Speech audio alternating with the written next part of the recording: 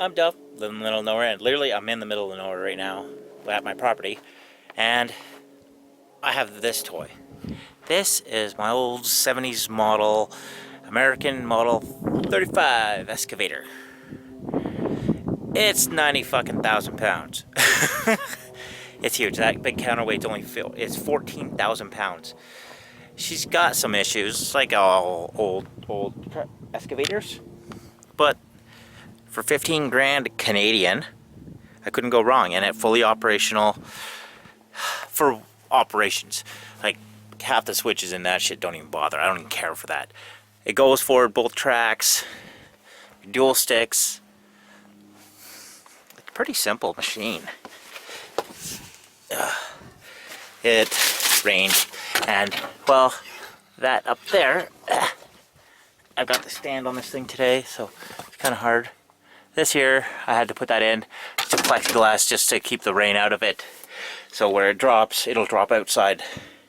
And that way I won't have to worry. It leaks a little bit of oil, and then a lot of that oil, I gotta do seals for all of the cylinders. But the problem is, some owner, who I don't know which one, had welded half of these pieces that, you know, lock your pins in.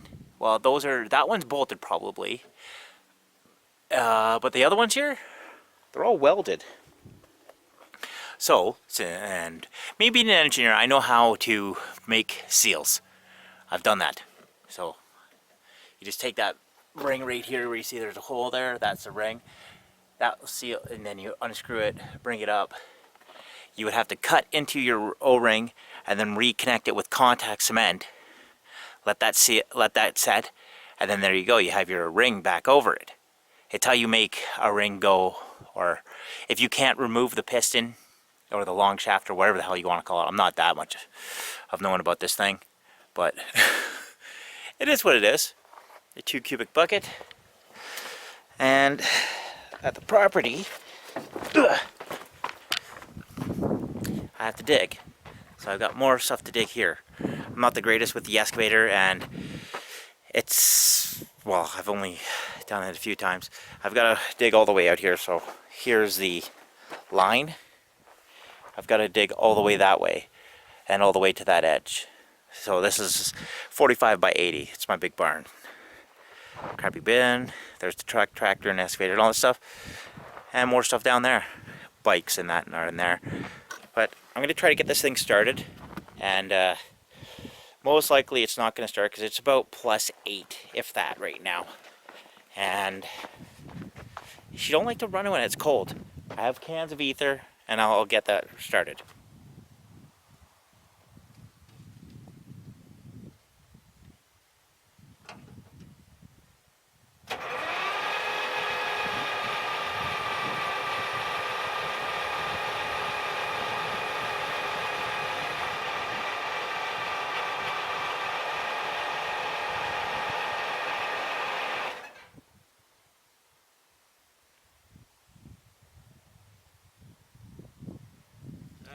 It's not working, the diesel's too cold.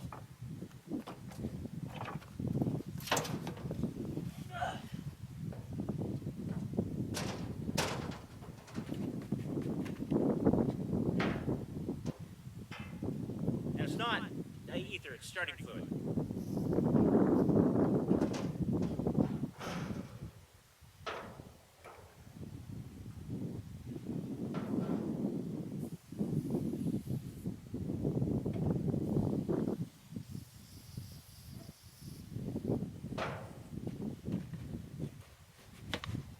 Limited times, starting fluid likes to drive fast.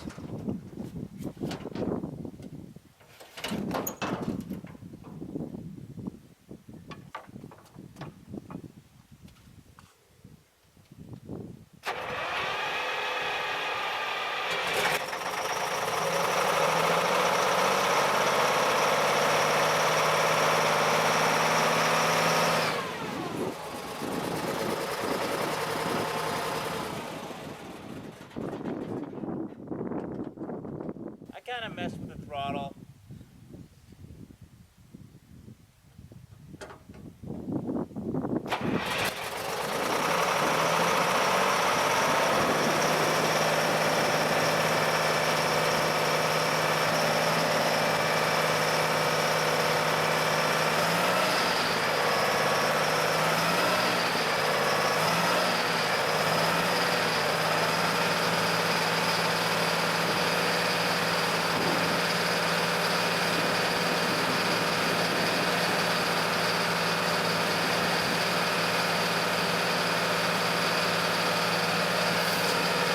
So yeah, when I stopped it, it was me that turned the throttle down too much because I'm still new to this machine. And she's a finicky old little bitch. Wow, big bitch, because the other one's small, this one's massive. I'm gonna let it warm up, and then it'll take a little bit, so I'll be about 20 minutes from now. Alright, so it's starting to get fucking good now. I'm gonna go start moving around a little bit, just to show you a bit of operations.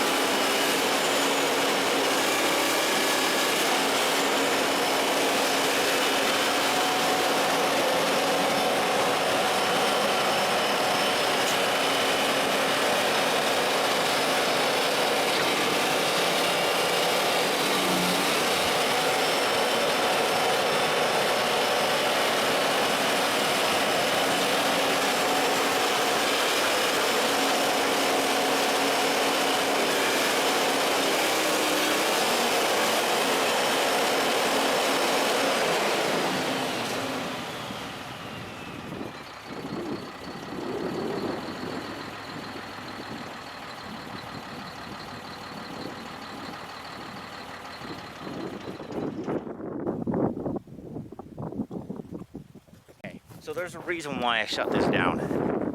I'll show you really quickly. So, see how my track is really fucking loose? So what happened, if you look at that right there, you can see the track is not even underneath. So the bottom of my track is pushed that way. So all I do is it's holding it up. And eventually it might fall back down because it's leaking fucking hydraulic fluid and shit. As you can see, it's bad right up there. The bucket, I tightened this one down. It was literally 10 bolts. But normally what I do is I just run it backwards and forwards to get it back on track. As long as it doesn't fall off this side or the gear itself, it'll be fine. But, I'm Duff. That is my excavator. It's running a 7.1 T. So it is, let's see if we can get in there. So, this is a V6, it's a 426 V6, so, but still my Thunderbird engine, my 429 is still the biggest engine I own. But, for fucking, but this is an old Detroit diesel two stroke. So, up and down is power every time. It's leaking some shit there, it's old, like there's missing bolts. What the hell? The joys of buying used stuff, but it is what it is, and I'm not arguing. For $15,000, I can get scrap money. I can get 23 grand for this at scrap steel prices of what it is today.